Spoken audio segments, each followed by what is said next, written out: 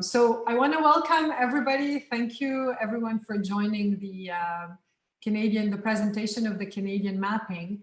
I'll just take 1 minute to reintroduce CPN-PREV for those who may not know what CPN-PREV is. So we are the Canadian Practitioners Network for the Prevention of Radicalization and Violent Extremism. We're basically a network of Canadian practitioners that works to support a whole societal response to this phenomena, to violent radicalization and extremism, by highlighting and embracing our pluralistic practices across the countries and considering these practices as really opportunities for learning together in understanding the phenomenon and better improving our practices. So we use collective learning.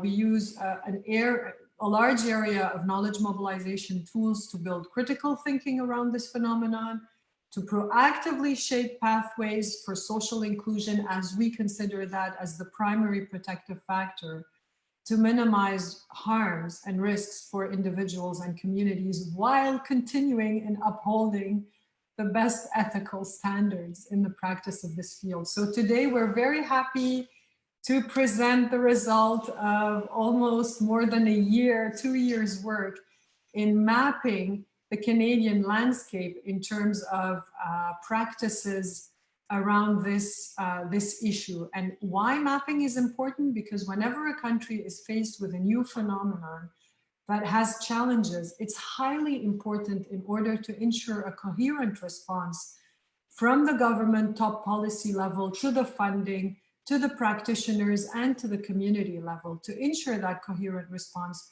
we need to understand what is out there in the country in terms of resources, in terms of capacities, and also in terms of connection and collaboration between those resources and capacities. 4W mappings are a usual practice in all humanitarian crisis situation. The idea of CPN was, let's not wait for a crisis to happen. Let's start knowing what the practices are on ground, what the capacities are on ground, and how we can attend and advise the Canadian government in order to address and improve and leverage those existing capacities or create opportunities for new capacities to develop across the country.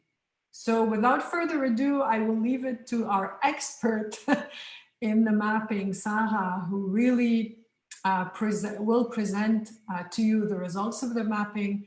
After that, I'm very happy to have on board my two dear colleagues, Brett Kubicek and Madison Reid, that will comment, Brett from a government perspective, hopefully, and Madison from a practitioner on ground perspective. So Sarah, the floor is yours.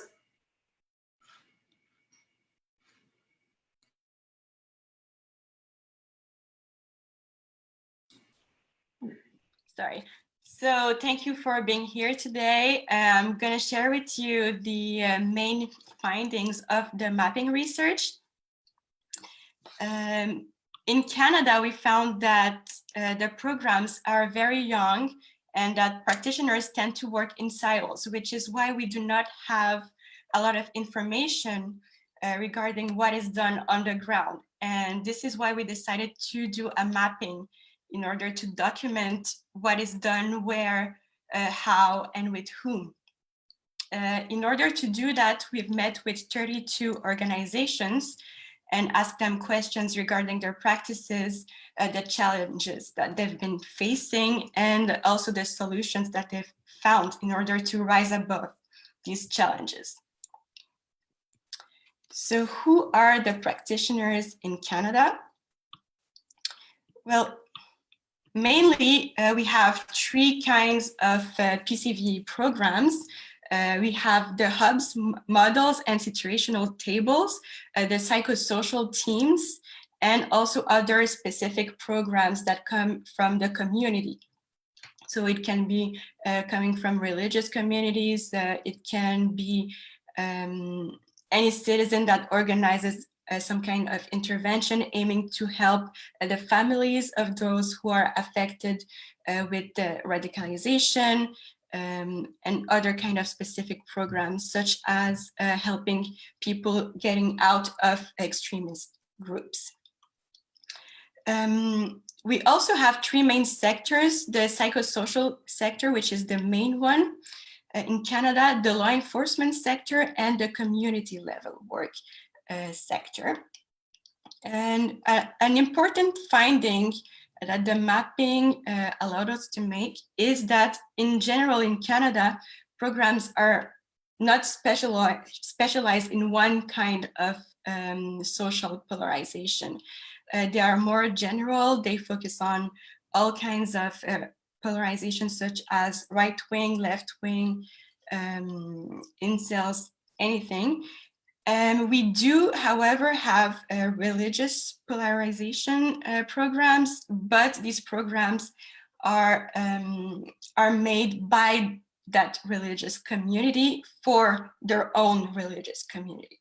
So the government doesn't finance programs that will specifically work on, let's say, Islamic extremism. It's really that community that's going to offer services to help their own community. And there is also programs that work only with far-right polarization. Another finding of the mapping was that the programs are very young, and the practitioners feel that they don't have enough training, enough capacity, enough experience also to help people. So they're trying to connect in order to benefit from the experience of other organizations that might have more experience than they do.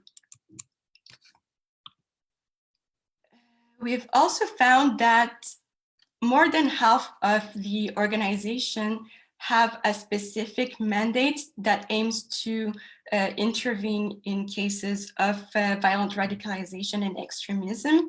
However, a bit less than the half were not specialized on the question. They were working on, let's say, violence and other kind of services, but they've seen the need within their own community and decided to offer services to address the question as well. So, does what? The main objectives of the programs were to offer intervention services to the population. And they also did some research, capacity building, because that's another need that has been identified, and also primary prevention. Most organizations offer services to adults and teenagers, but most of them also accept families, friends, and the environment surrounding the person that is at risk or in the process of violent radicalization. We also found that 10 organizations offered services to children as well. Regarding the case intake, we found that because some programs were very young, they did not receive many cases at the time of the mapping interviews. Some of them did not receive cases, and others had a lot of them. However, the programs that had many cases, I said more than 10, are not necessarily the bigger programs.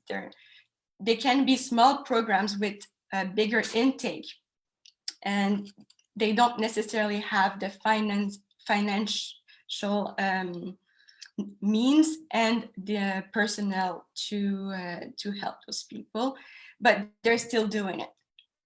And most of the programs did not start counting the cases that they've had.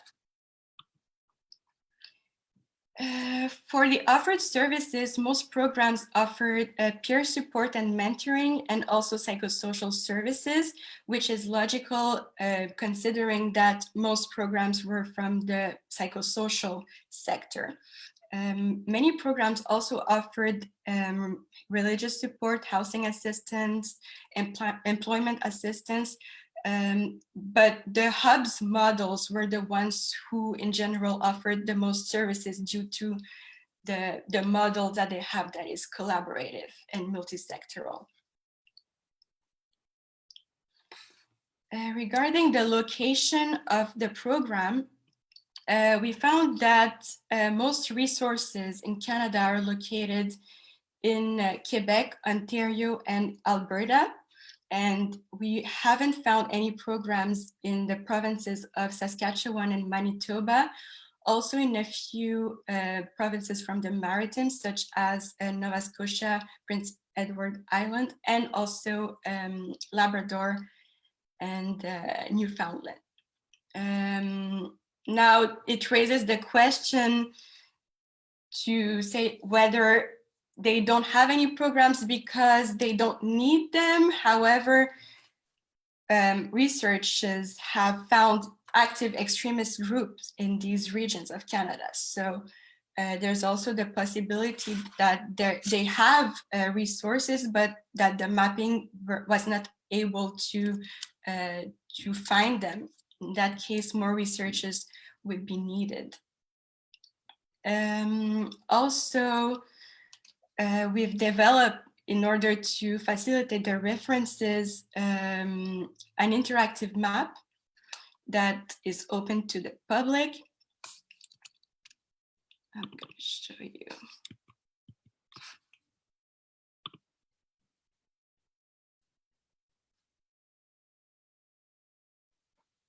It's on our website, CPN-PREV.ca, on the network and interactive map.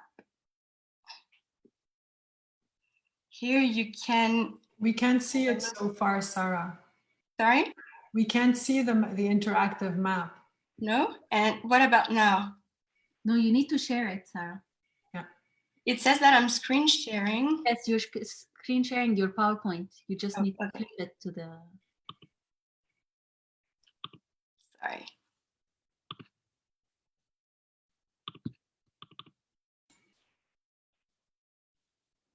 There you go. Now we can see it.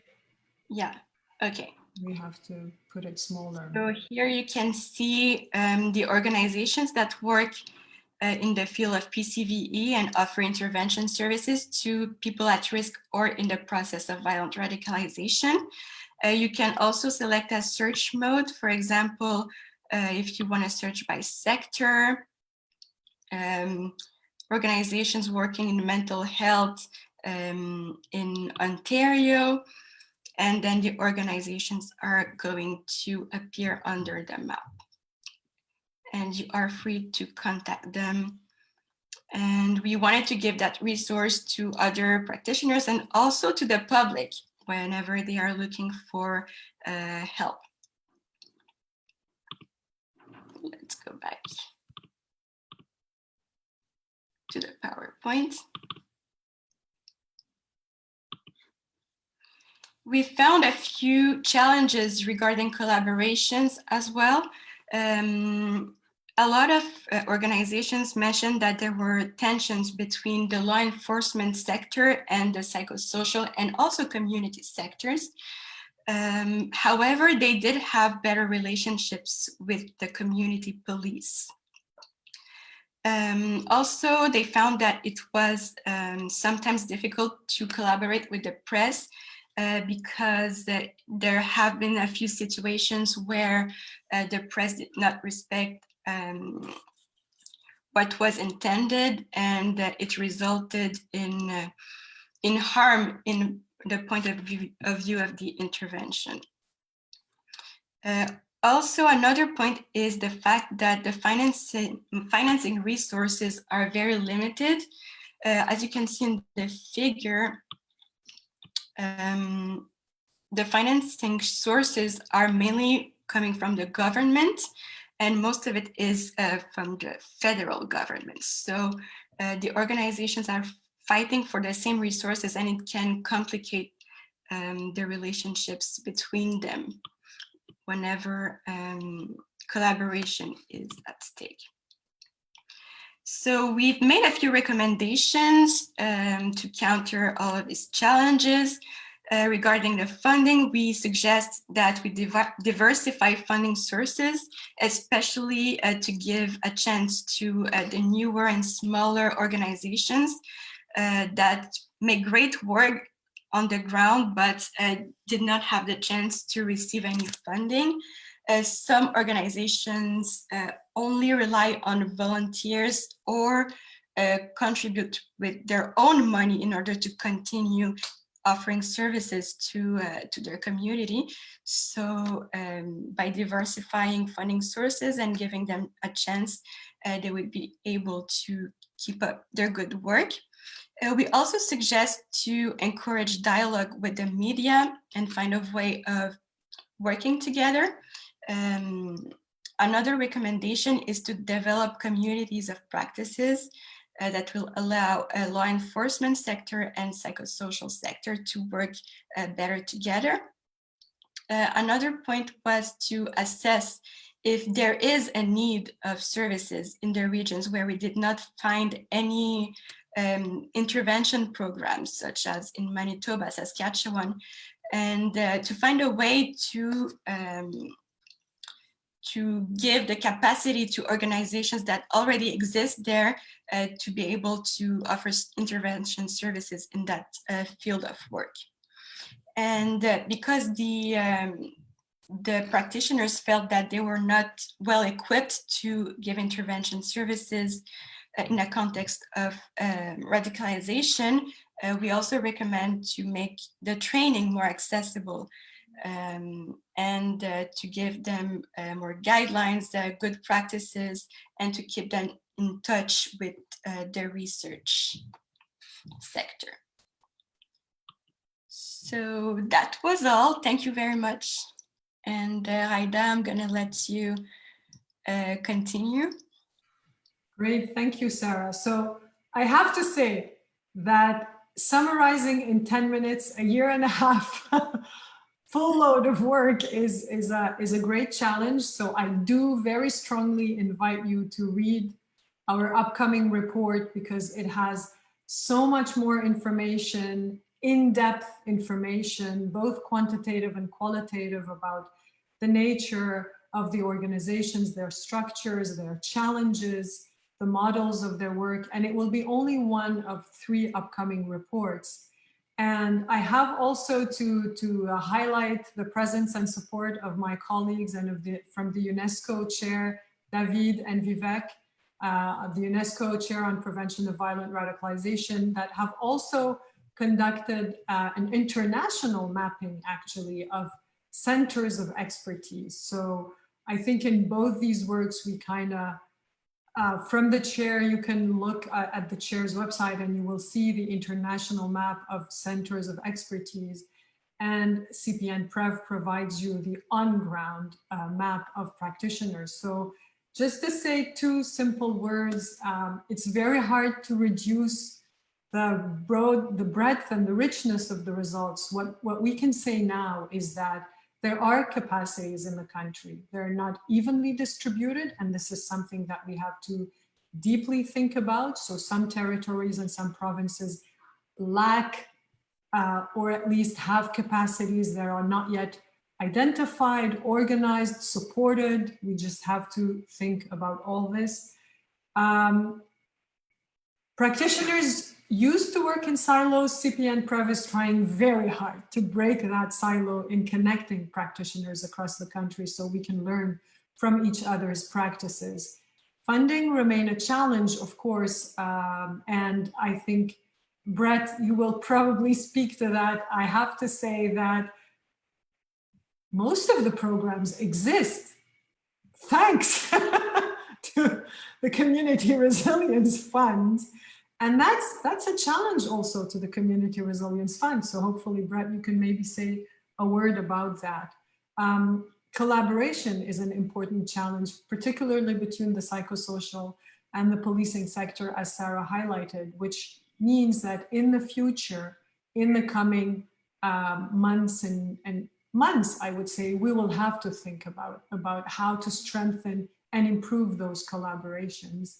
And one last thing, a mapping. Why do we have a public map? Sarah mentioned the reason.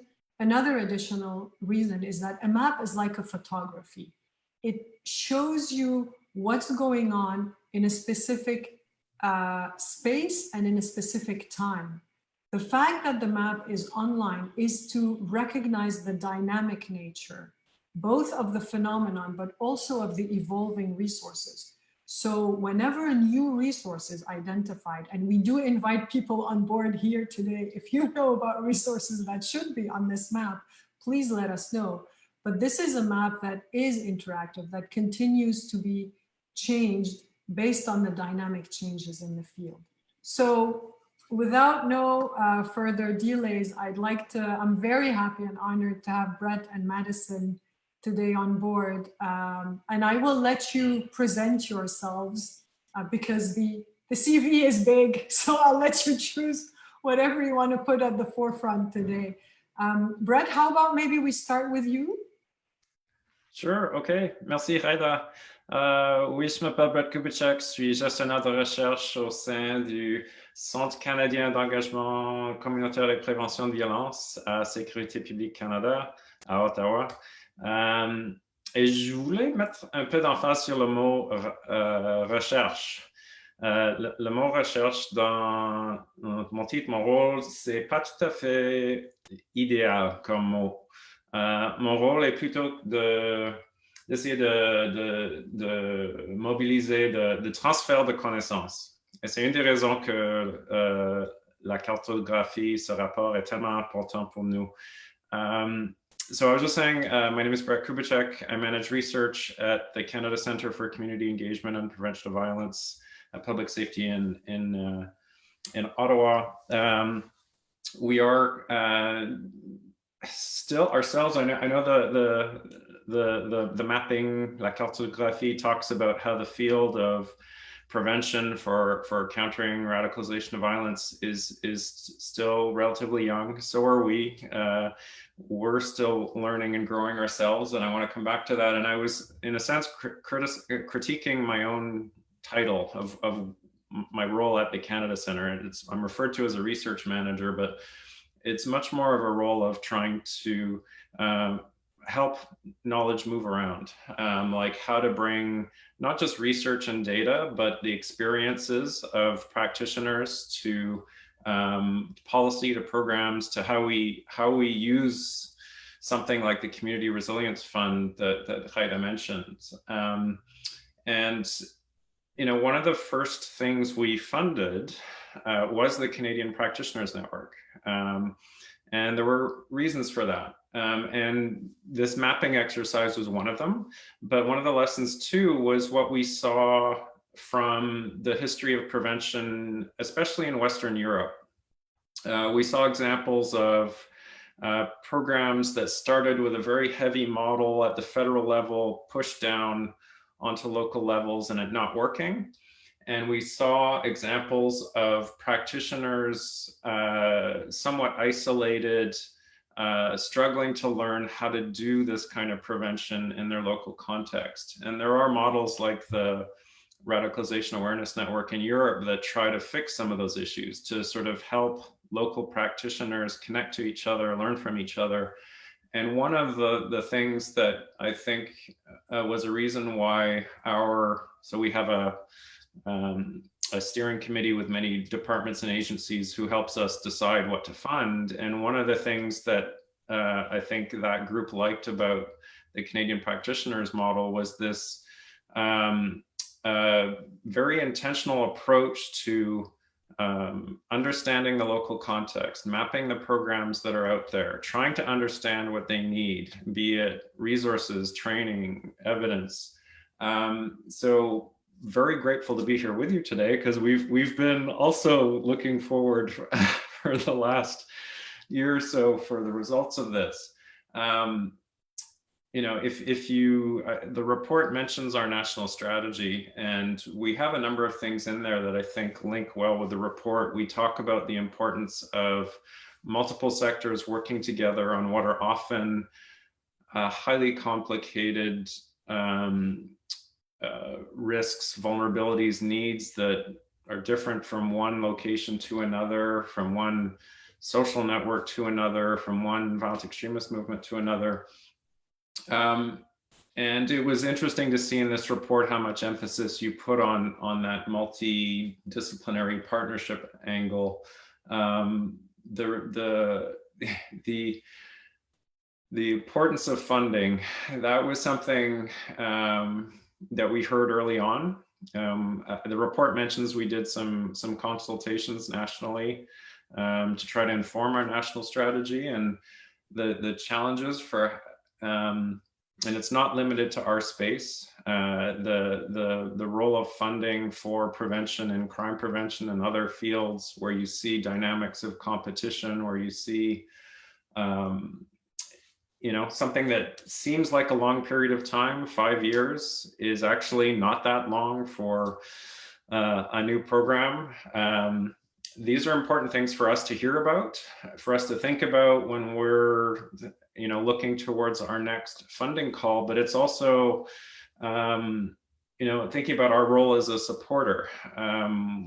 We're kind of set up to be, you know, we're not here to do interventions, to do prevention. We're here to try and support it. And some of that support, I hope, is to bring lessons like this to some of our own partners, be it at the federal government or provincial government level. So there are a lot of lessons for us in this report. I need to read it more in depth. I want my colleagues to do it, but I also see value. One of the challenges for us has been how to communicate to new programs. When we get proposals to set up an intervention program, one of the things that we want to be able to do better at is give them guidance or give them resources on how to think about putting together a program. And I think looks to me like there's a lot of really interesting lessons from this exercise that will also help us hopefully empower new programs to think about design, to put themselves in a stronger position to receive funding, be it from us or from others. So I think I'll stop there. Hopefully that helps a little. Happy to answer questions later, but really looking forward to hearing from Madison. Thank you so much, Brett. Merci beaucoup. We have to code switch, right? So code switching French and English. Je vais prendre beaucoup de temps pour répondre aux questions en français aussi. Mais re-bienvenue à tout le monde en français. Donc là, je vais retourner vers l'anglais pour présenter ma collègue Madison du Vancouver. So merci, Brett. Thank you for speaking about the challenges of financing and also the challenges of better understanding from your government perspective of the needs on ground and how to respond to that. So I'm very happy now. Je suis très heureuse de présenter ma collègue Madison Reid. Madison Reid, can you please take on the floor and hopefully speak to us as the director coordinator also of the SHIFT initiative in Vancouver. Tell us, you have knowledge both in connection with government, but also on ground as you cross those sectors. So the floor is yours. Thank you so much. Hello and bonjour, everyone. Thank you for having me today.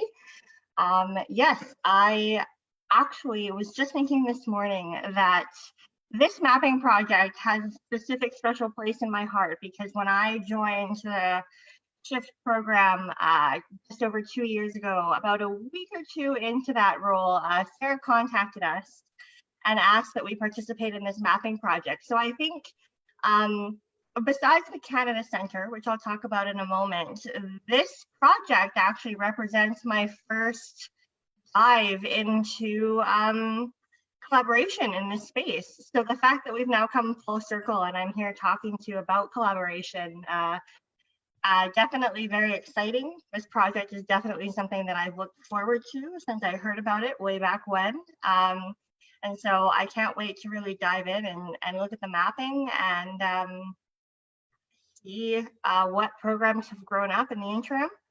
So as Haida said earlier and joked earlier, indeed we are also funded by the Canada Centre. So our program, Shift BC, I'm the program manager, and I have a colleague here today as well, Brittany Davis. She's our program coordinator.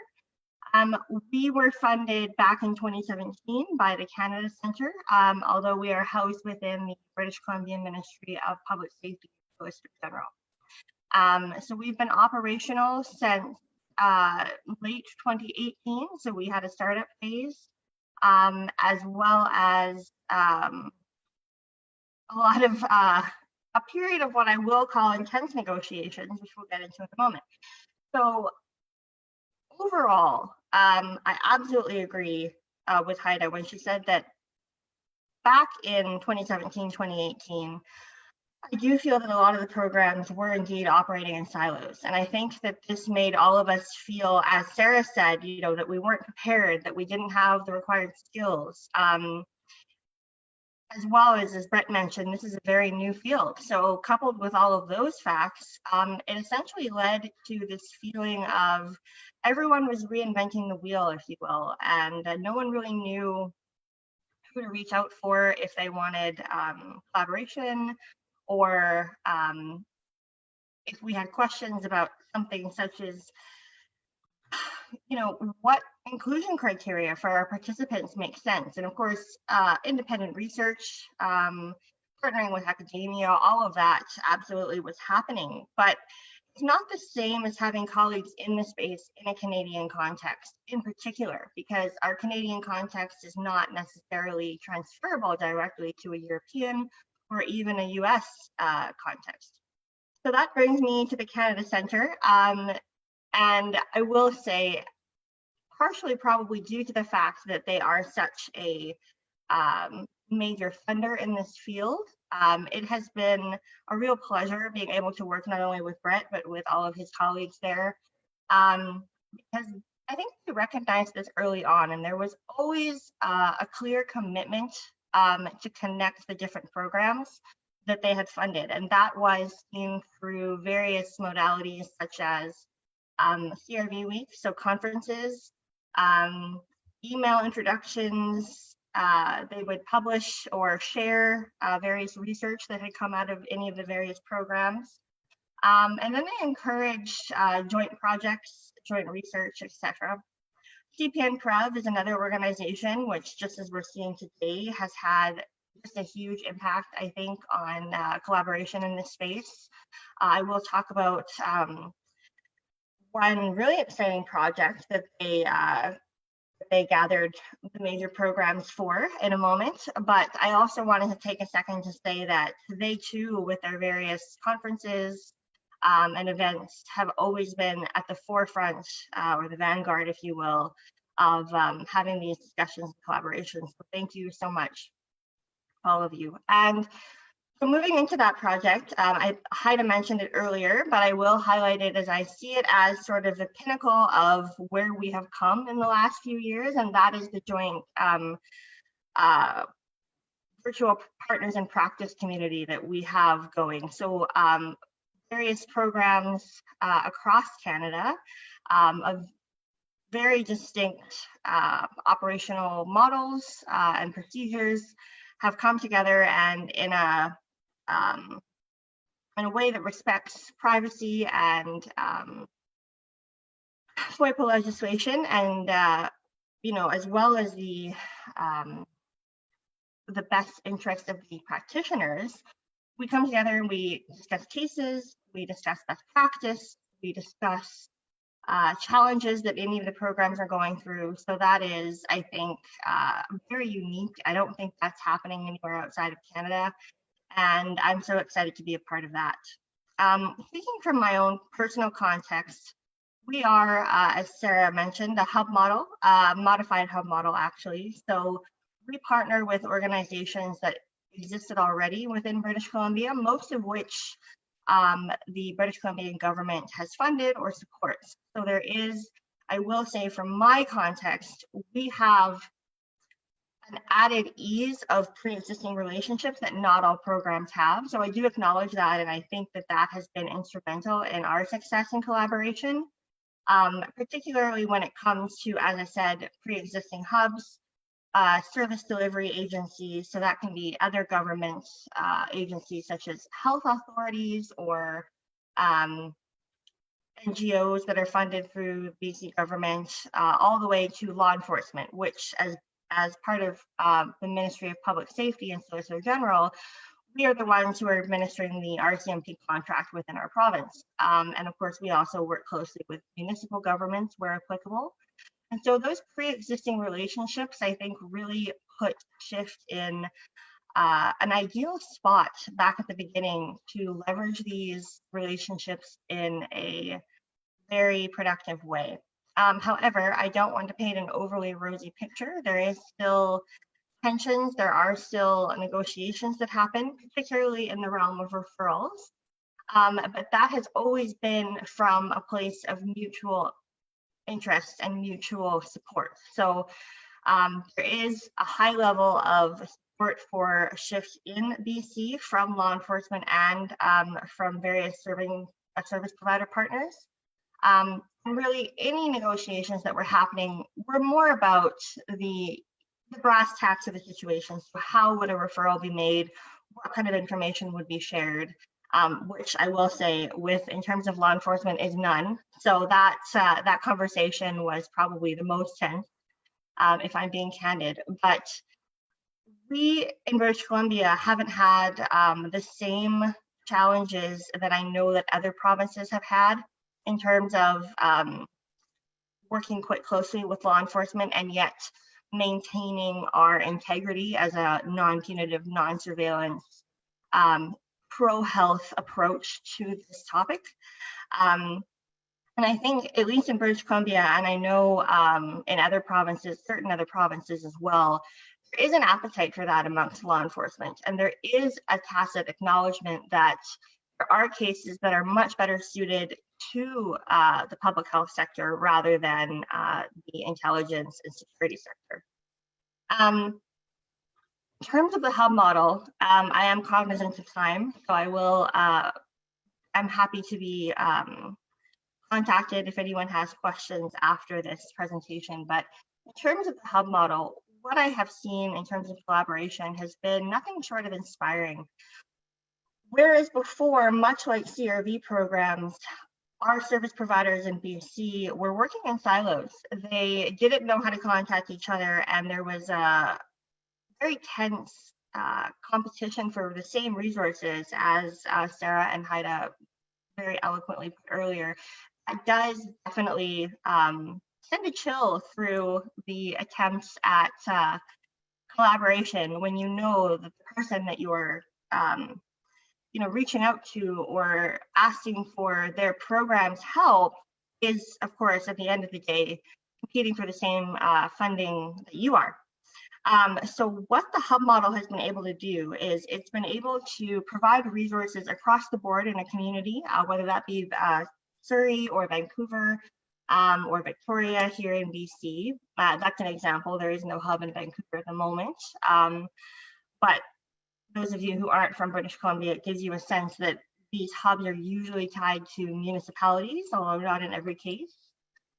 So we worked quite closely with our branch organizational partner, which is the Office of Crime Reduction and Gang Outreach, or OCRGO, and they give $50,000 grants to communities where service provider partners come together 1 day a week and they meet to discuss cases. Now, these cases are not always countering radicalization to violence cases. In fact, they're usually not.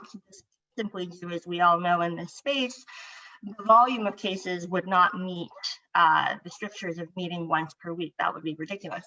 So instead, these hubs focus more on general public health concerns such as street entrenchment or substance dependency, etc. And so then what we do, and again, won't get into it, but their impacts have been remarkable in the communities that they operate in.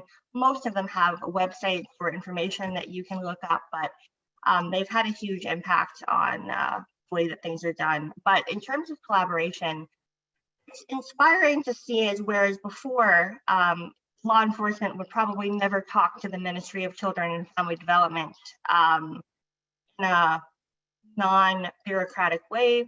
Never mind having an NGO such as BC Borso, who do counseling services for men who have been throughout the justice system or who have been identified as potentially having anger management issues. So they're clinical counselors.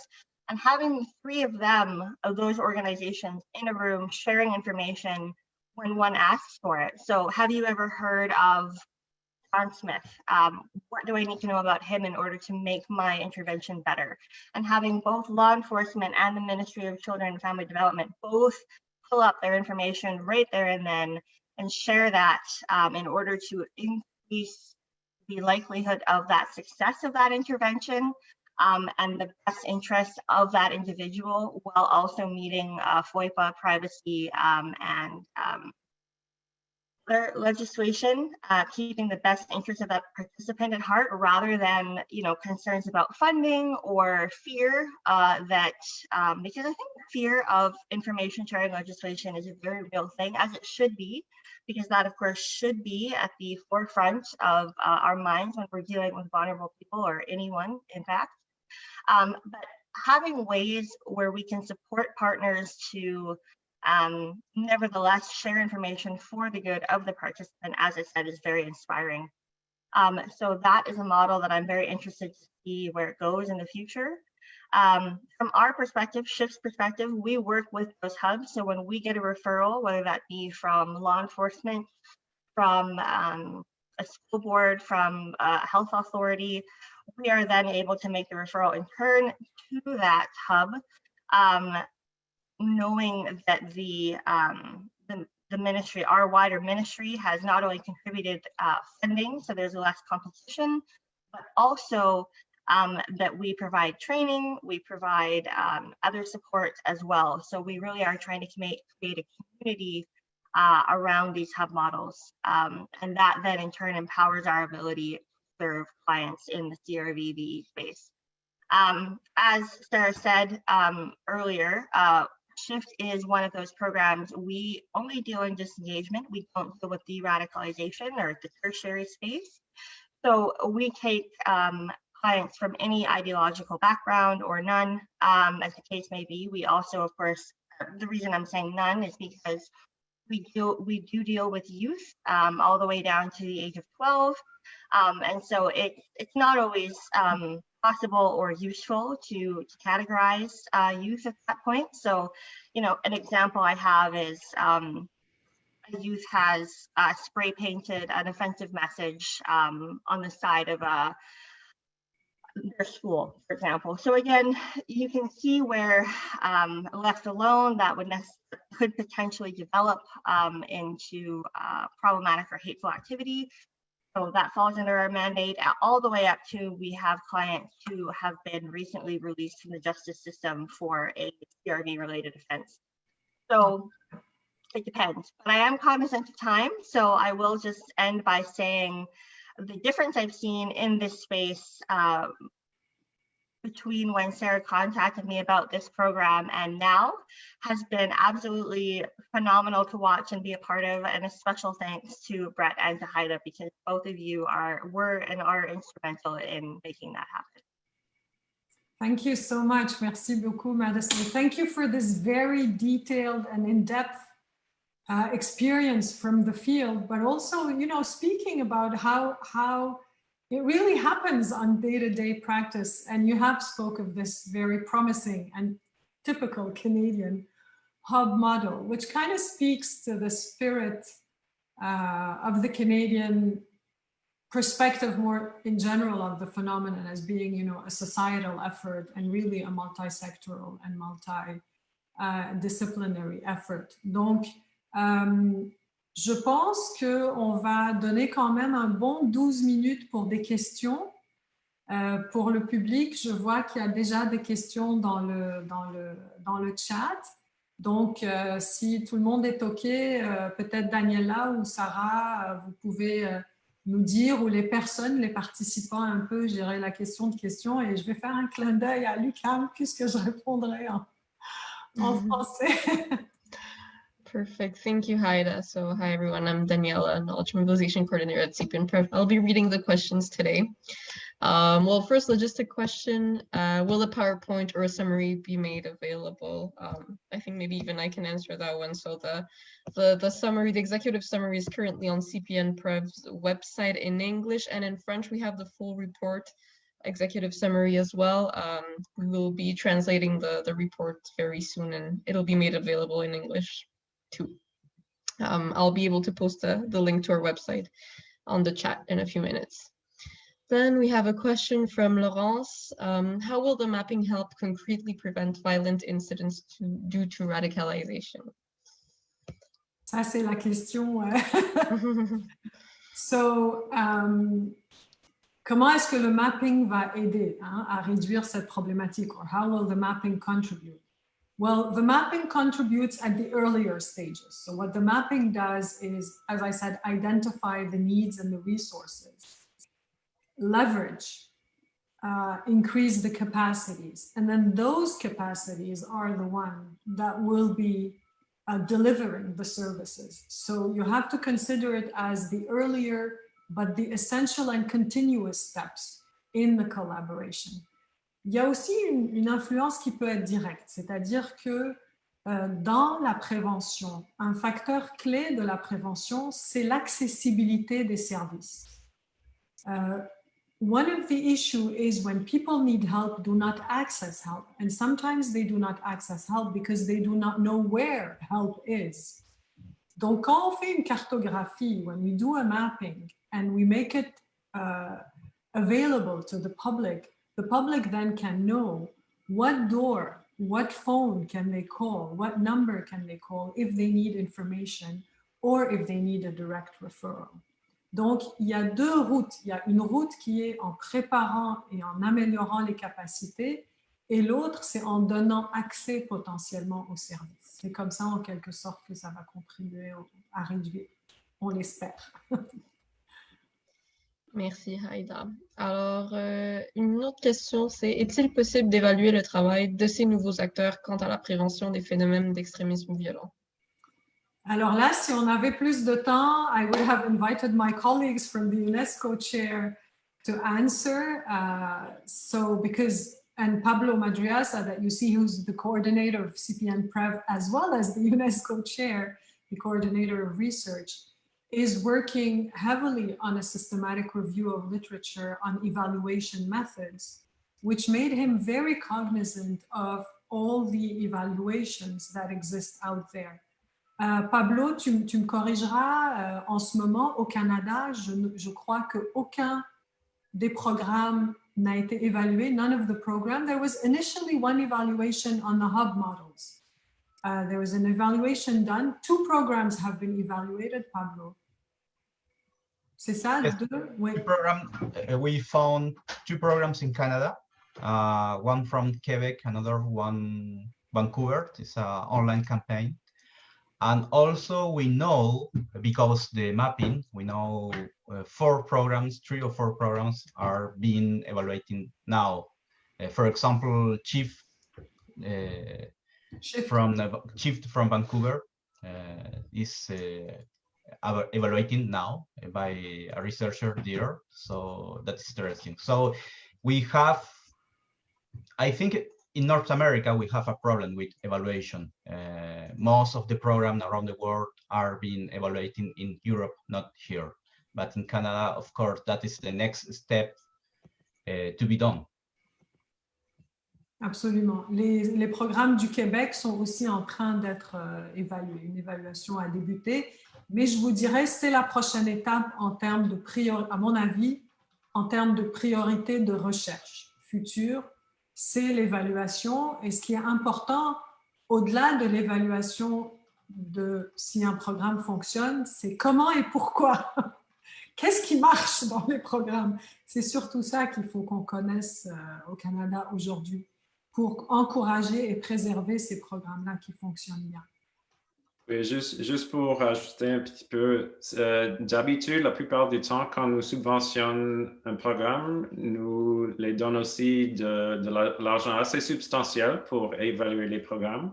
Mais en même temps, un peu comme Raida indique, le domaine de comment évaluer les programmes de prévention dans ce domaine est aussi un peu nouveau. Donc, au même temps que nous sommes là pour donner de l'appui à des évaluations, nous investissons aussi dans le sens des projets de recherche, mais ce sont des projets de recherche pour trouver des meilleures façons d'évaluer les programmes. Alors, nous essayons de les faire en même temps. Parfait, alors merci beaucoup, une réponse qui vient un peu partout. Alors, prochaine question en anglais cette fois. I was wondering if the map is going to be updated regularly in order to have the organizations that could emerge in the next few months or years. Yes, as we said, and we call for you, the public out there, and experts in the field to keep us updated with programs who want to appear. One little note, however, not all programs that exist on Canada are on the map. One reason is that this is a sensitive field. Certains programmes et certains intervenants ne souhaitent pas être publics pour des raisons tout à fait compréhensibles. Donc, CPN-PREV a accès à un bassin de programmes et d'intervenants qui est plus grand que celui qui paraît sur la carte. Et on invite les personnes qui sont intéressées, qui pensent qu'ils n'arrivent pas à trouver leurs ressources sur la carte, de nous écrire. Et nous pourrons, nous, faire le lien, en quelque sorte, entre la personne qui demande le service et le programme ou l'intervenant qui pourrait être présent dans sa région ou correspondre à ses besoins. So this to say is that even if organizations and people do not want to appear on the map, we do invite them to contact us if they want to be reachable in a way, meaning if they want to offer services but not appear on the map, we have this confidential aspect also to delivering services. Thank you, Haida. The next question would be, so Mary Wagner says, I'd be interested to hear if you'd also found any information on the evaluation of the different programs, which programs are evaluated. So I think we already pretty much answered this one. I will skip to the next one. So broad question again, how is Canada impacted in radicalization and violent extremism? Haida, if you can maybe say a word on this. Well, I think Brett can, can speak quite a bit as well to this. I can say that maybe Canada is so the good news is that Canada is a bit less impacted than maybe other countries. This being said, Pablo has the numbers. So par décennie, by I don't know what décennie is in English, every 10 years. So since 1970, the number of incidents have been steadily increasing. Pablo, I think you have the latest numbers for the 2019. So if we start by 70, we had 7 incidents and then 15. In the 90s, we had 21. In the 2000s, we have 18. And between 2010 and 2019, we have 41 incidents, which means that Canada is being impacted. Good news, maybe less than other countries. The less good news is that what is happening maybe is that even though the number of violent attacks remains relatively low, what is increasing is the social polarization. So is the extremist theories, is the hateful discourses, the hate incidents and the hate crimes. And this we know ça fragilise beaucoup plus le tissu de paix sociale qu'une attaque spectaculaire, épeurante de temps à autre, mais qu'on dit, OK, c'est peut-être une exception. So the the daily aggressions are not becoming an exception anymore. And this is what we have to work on. Brett, I don't know if you wanted to bring anything to that point. Yeah, I think you were starting to go into a direction I was interested to pick up on. I mean, sometimes there's, you know, again, in a sense, we're back to a measurement question. Is that sometimes people think about the threat that we're trying to deal with in terms of, well, let's, as Pablo just did, you know, the number of attacks matters, but you can just look at some of the public research about neo-Nazis, xenophobic, ethno-nationalist groups. And there are Canadians who participate in areas like propaganda, in recruitment, in sort of encouraging others to get involved. So, you know, there's one of the things that is part of the growth of the field is to also think about what are the harms that we're trying to address through prevention. One is, yes, to try to avoid the next attack, but there are other kinds of activities, there are other roles that do damage. They do damage to people, to families, to communities. And so this is one of the reasons we want to be so much more connected with the local programs, is to better understand what they're seeing on the ground in terms of the harmful impacts from violent extremism, and then what are the effective ways to intervening. So yeah, it's a really good question, and one that I think too often we just sort of put up the number of attacks as the way to think about this, when, you know, if you're thinking about harm reduction, there are other areas to look at more closely. Thank you. Madison, I think you want to add something to that. Yes, just briefly, just echoing Brett, I think one area that SHIFT at least has been quite active more and more so is working with anti-hate and anti-racism initiatives. So we sort of encapsulate this trend, if you will, that Brett was talking about, saying that not just attacks are harmful. There's a lot of other elements going on well before that stage. And so we sort of place hate-motivated violence on a spectrum with violent extremism. So not all hate-motivated violence is violent extremism, but all violent extremism or radicalization to violence at the end of the day is motivated by hate. So by partnering with anti-hate, anti-racism initiatives in the province, we sort of started taking steps to broaden the horizon of the program while still maintaining its core mandate. So, you know, I think a youth who, or an adult who spray paints, let's say, a swastika on the side of a synagogue, that is not, you know, an attack or a mass attack or a mass casualty event, but it certainly has a huge impact of harm on the community. Or, you know, we've had incidences in Western Canada where a known organization will attend a mosque and simply stand there and intimidate worshipers. And that, again, is potentially not what we think of when we think of violent extremism, but it certainly has huge impacts of harm on the victims. And so by working in those spaces, we're still definitely, I think, countering those forces. So yes, so really agree with and echo what Brett said. Thank you. Yes, thank you. So just a little word from the UNESCO PREV chair.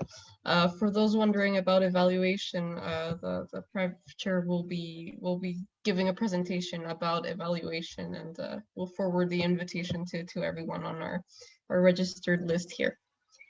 And then we have one last question. I hope we have a bit of time. So Bill Watkins from the Dallaire Institute for Children, Peace and Security at Dalhousie University. So we work in community-informed capacity building of the security sector.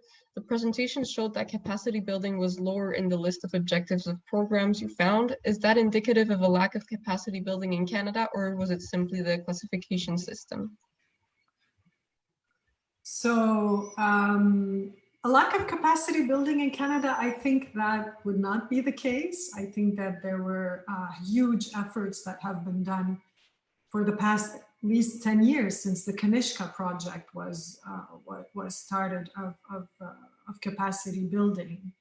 And I think So I would not say that there's a lack of capacity building. I would say that there are strong efforts and consistent and constant efforts in capacity. And this is, for example, what the CPN-PREV does. Ce que je dirais, par contre, aussi, c'est que il y a parfois une méconnaissance des capacités et une incapacité de rejoindre les capacités qui sont existantes. Et il y a aussi une clarification qui a besoin d'être faite entre des capacités plus générales dans crime reduction, crime prevention, policing, mental health more generally, and specialized capacities. And this is something that we still need to harmonize, create a clearer connection between the general capacities and one little portion connected to training and the importance of training for specialized capacities in a phenomenon that Canada has known for many, many years, but that is becoming more and more kind of important and taking up more and more space, as Madison said it, in daily basis. So, il y a cette question-là de quelles capacités, comment les identifier, comment les mettre ensemble, comment rejoindre ces capacités-là, comment valoriser les capacités déjà existantes qui travaillent dans d'autres domaines que la radicalisation violente. Et Madison a donné vraiment un très bon exemple en disant que les hubs existent depuis longtemps au Canada, touchant toutes les autres problématiques. Et puis, leverage, pour le code switching français-anglais, leverage ces capacités-là avec des formations et une spécialisation qui va toucher la problématique particulière de la radicalisation violente dans ce qu'elle a de particulier, c'est-à-dire l'enjeu à la fois sociétal, communautaire, santé mentale et sécurité publique et nationale. En fait, c'est ça qui rend cette problématique un peu spécifique et particulière par rapport à d'autres problématiques. Je sais qu'on est 1h05. Je ne sais pas, Daniela, si on a d'autres questions, d'autres besoins importants à répondre. C'était tout pour les questions, beaucoup d'intérêt pour l'évaluation, donc je répète tout le monde, restez à l'affût des activités de la chaire UNESCO. Parfait. De notre côté, on vous remercie. Merci beaucoup. Thank you everyone for having joined us. Thank you, Brett. Thank you, Madison. Your contributions are so crucial and important. Thank you, Sarah, for the amazing mapping work that you have coordinated brilliantly over the past 2 years. Thank you for the CPN-PREV team. I know that people are here. Donc, merci beaucoup tout le monde et n'oubliez pas d'aller sur notre site web. If you'd rather us send you directly the mapping report, please don't hesitate to get in touch with us for this. And if you want to stay updated with CPN, then don't hesitate to join the network as well. Merci beaucoup tout le monde.